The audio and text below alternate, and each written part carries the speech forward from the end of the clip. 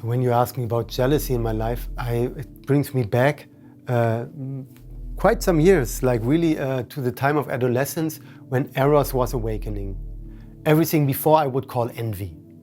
And yeah, maybe jealousy to the attention of parents. But anyway, there was jealousy awakening. And interesting enough, when I go back in my memory, I had these emotions of wanting that somebody is only mine.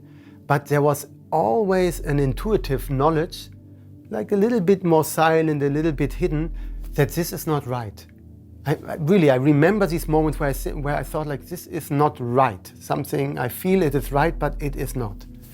Just to say that, because this is way before any ideology hit me or any idea how we should free or love from jealousy. It was like almost like an intuitive knowing that what then in the project became the sentence, jealousy is not part of love. And then I had to work a lot with it. And now that's a long story and some cornerstones. For me, one of the things that was really important to me is to admit that my jealousy is not part of love. So this whole idea, I am jealous because I love you, there was a moment when I said, I have to accept that this is not true. I am jealous because I want you, I want to control you, I want you to be the way I want you to be, but it has nothing to do with love.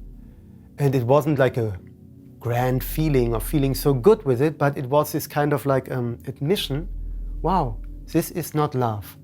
And it created a really important distinction in my soul and in my being.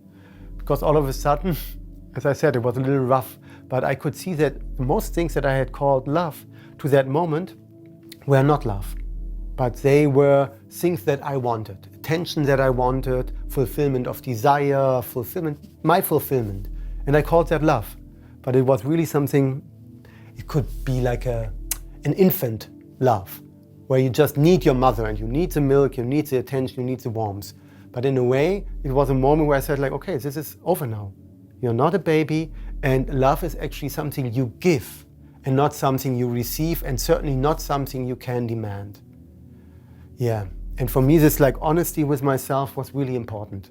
Didn't feel comfortable for probably 2 to 3 years. It made me feel really uncomfortable to recognize every time again, I just said I love that.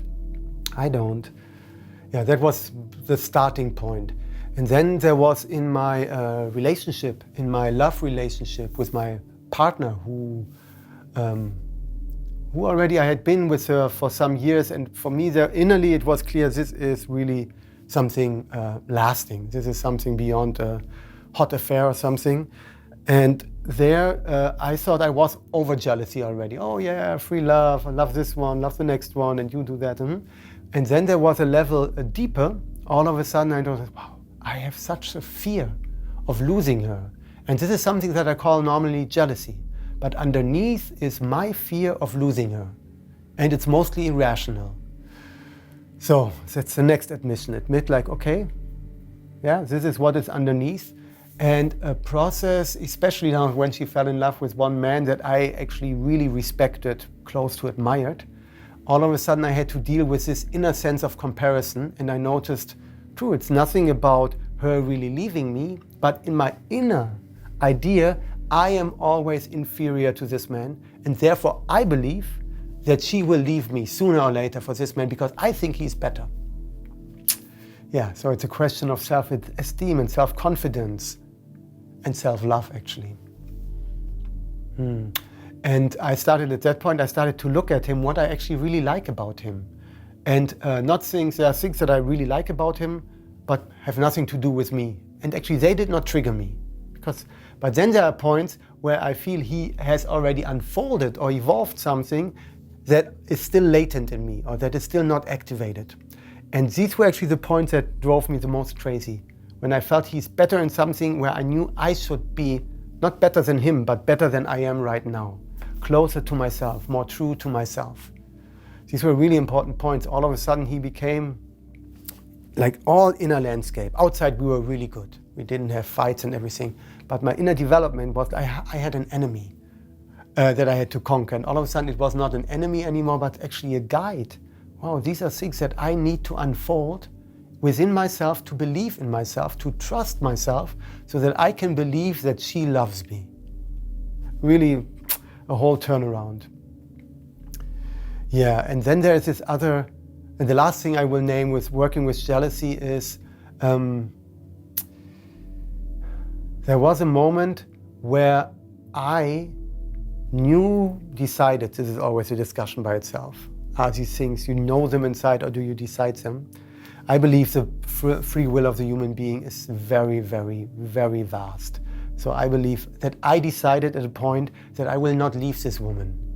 And a big, big, big chunk of my fear of losing her left me. And that was because I made a decision not to leave her. Yeah, and these are all mechanisms where you start to understand how much of your life is projection.